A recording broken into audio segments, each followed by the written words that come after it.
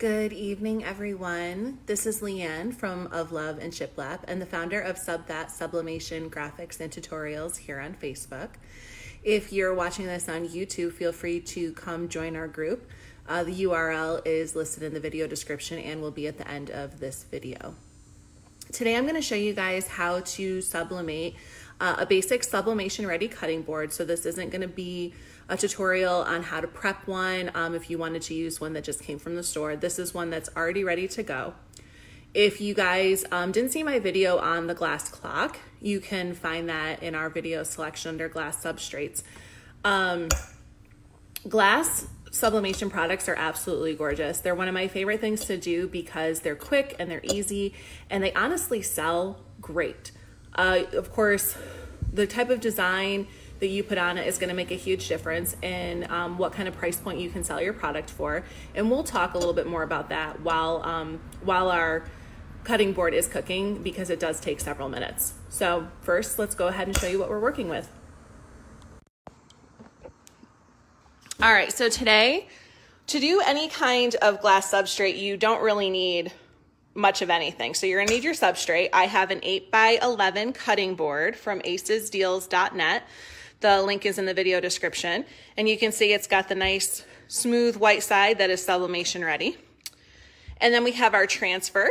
I printed this on an Epson Workforce 7710 converted using printer jack ink, which is available on Amazon, and Texprint XPHR paper, which you can get from Heat Press Nation.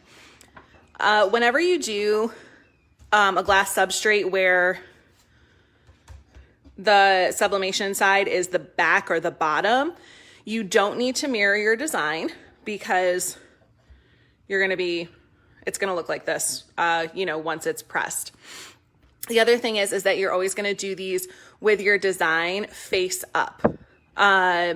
Remember that glass conducts heat, so you don't need that direct heat like you do with most of the other substrates. You can use heat tape if you'd like. I'm not gonna use that today. You always want a heat glove because this is going to be extremely hot when it comes off the press, and it will take a while to cool down, so you can really put it on any kind of like a trivet or a mat. I'm actually just using a bath mat that was provided by Maxim Mart that I plan on doing in a video tutorial at a later date. So I'm going to go ahead and get us set right up on the tripod in front of the heat press because it's easiest to align this on your heat press.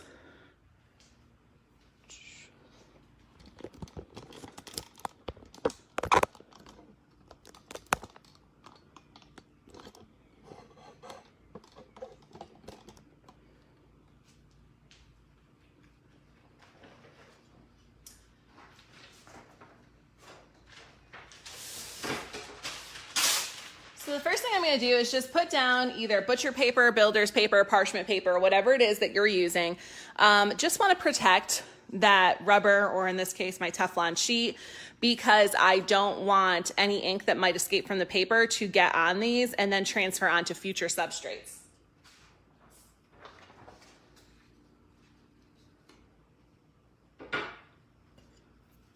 So I'm going to go ahead and kind of center our design on the press, and then we'll go ahead and center our substrate right on top of it.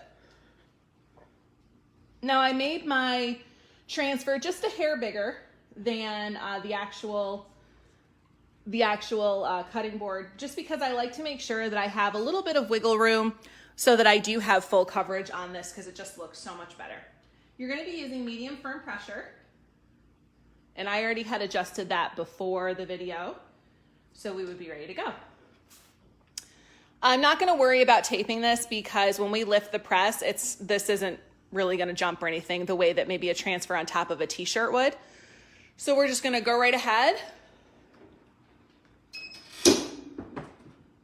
and press it. I'm using the Acesdeals 16 by 20 clamshell heat press.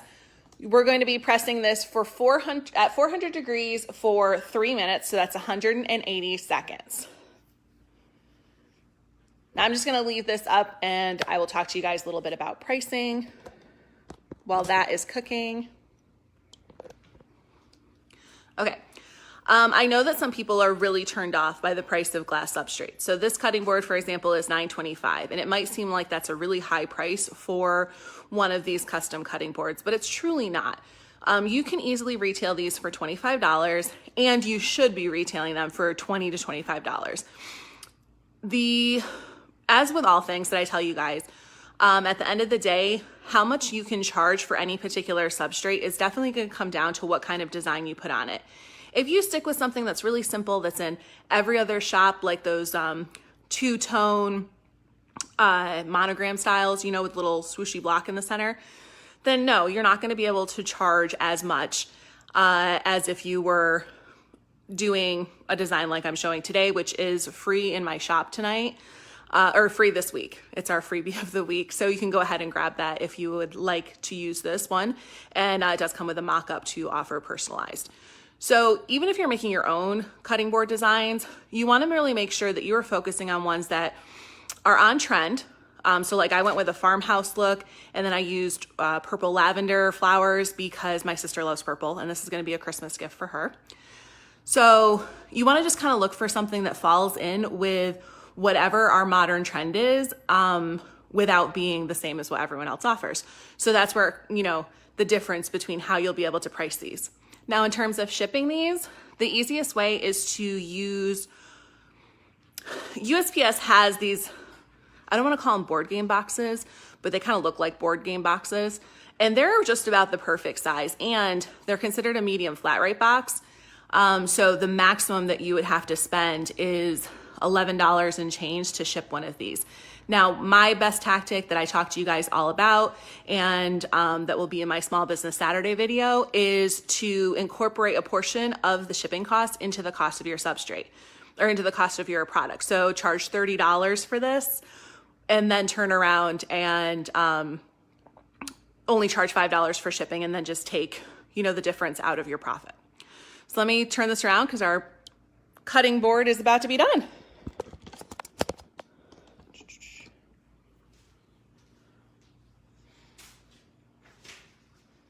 Now keep in mind, this is going to be really hot when it comes off the press.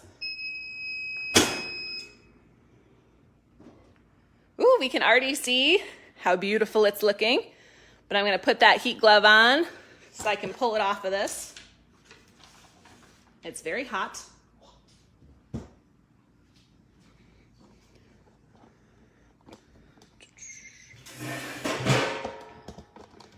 Now it does take a minute for these to cool down, probably about 15-20 minutes every time I do a glass substrate. But let me just move it a little closer so you guys can see. We do have a little bit, because it's still hot, that just kind of came off on that, and that's okay. It's one of the reasons why we put it on something. But other than that, you can see these colors look amazing.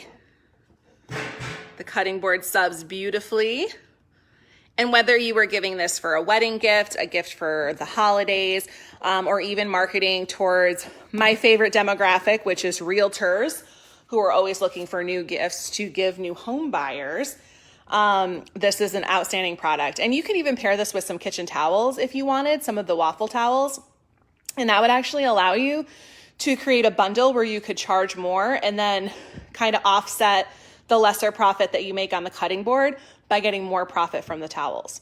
So just a few things to keep in mind. I think that cutting boards are amazing and gorgeous. And I personally I cook a lot, so I love them. And my sister's gonna love this for Christmas. So if you guys have any questions, leave them in the comments. The links for all the products that were used in tonight's very quick tutorial are in the description. And I hope you guys have a great rest of your day.